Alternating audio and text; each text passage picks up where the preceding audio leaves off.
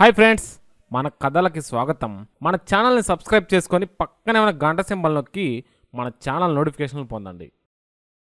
Hi friends, ఈరోజు మనం నేర్చుకోబోయే కథ పేరు కోడికోత. అనగనగా చాలా రోజుల క్రితం భారతదేశాన్ని చూసేందుకు ఒక విదేశీయుడు వచ్చాడు. అతను ఒక సత్రంలో నివాసం ఉండి ప్రతిరోజు అక్కడికి దగ్గరలో ఉన్న సుందర ప్రదేశాలను, వింతల్ని, విశేషాలని చూస్తూ ఉన్నాడు. అదే సత్రంలో చాలా మంది భారతీయులు, విదేశీయులు కూడా ఉన్నారు. ఒకసారి ఒక విదేశీయుడు కొద్ది దూరంలో ఉన్న అందమైన ప్రదేశాలను చూసి అలసిపోయి వెనక్కి వచ్చేసరికి తన గదిలో ఉండవలసిన విలువైన వస్తువులు లేవు. అయితే సత్రంలోకి ఆ రోజున కొత్త వాళ్ళెవరూ రాలేదు. సత్రంలోని సామాన్లేవి బయటకు వెళ్లే అవకాశమే లేదు.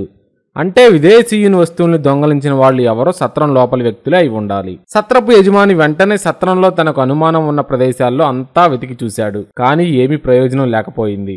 ఈ దొంగ ఎవరో ఇంటి దొంగే. ఇంటి దొంగను ఈశ్వరుడు కూడా పట్టలేడట. కానీ తను మాత్రం దీన్ని ఎలాగైనా పరిష్కరించాలి. ఎలా అని యజమాని చాలా ఆలోచించాడు. సత్రపు యజమాని భార్య చాలా తెలివైనది. ఆమె అతనికి ఒక ఉపాయం చెప్పింది.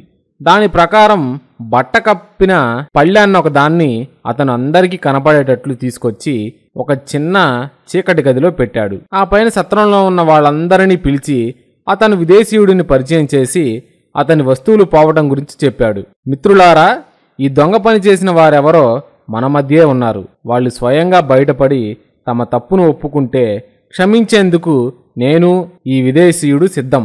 అయినా అలా ఎవ్వరూ బయటపడరనిపిస్తున్నది.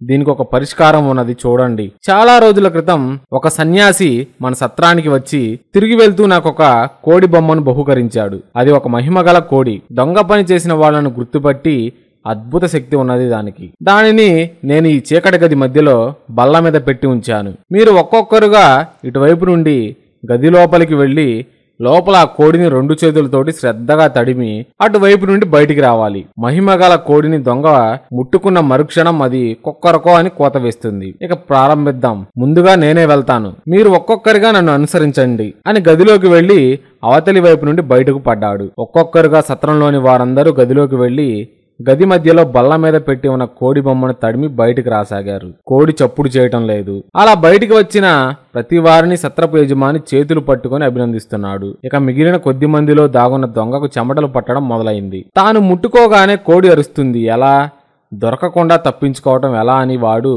ఒకటే ఆలోచించాడు. అంతలోనే వాడి వంతు వచ్చింది. గది లోపలికి వెళ్లిన దొంగవాడు కోడిని కాదు కదా, దానిని ఉంచిన బల్లను కూడా ముట్టలేదు. ముడితేనే కదా కోడి అరిచేది, ముట్టకపోతే అది అరవదు, తను పట్టుపడడు అని ఆలోచించి వాడు కోడిని ముట్టనే లేదు. అలా కోడి అరవకుండానే వాడు కూడా రాజాలాగా బయటపడ్డాడు. గది బయటనే ఉన్న యజమాని సంతోషంగా వాడి దగ్గరకు వచ్చి 2 చేతులు పట్టుకొని అభినందించబోతూనే ఆగి దొంగ దొరికాడు, ఇదిగో దొంగ అని అరిచాడు. బెత్తరపోయిన దొంగవాడికి తనెలా పట్టుబడింది అర్థమే కాలేదు. తన కోడినే ముట్టుకోనే లేదు, అది అరవనే లేదు. అయినా తన దొంగతనం యజమానికి ఎలా తెలిసింది?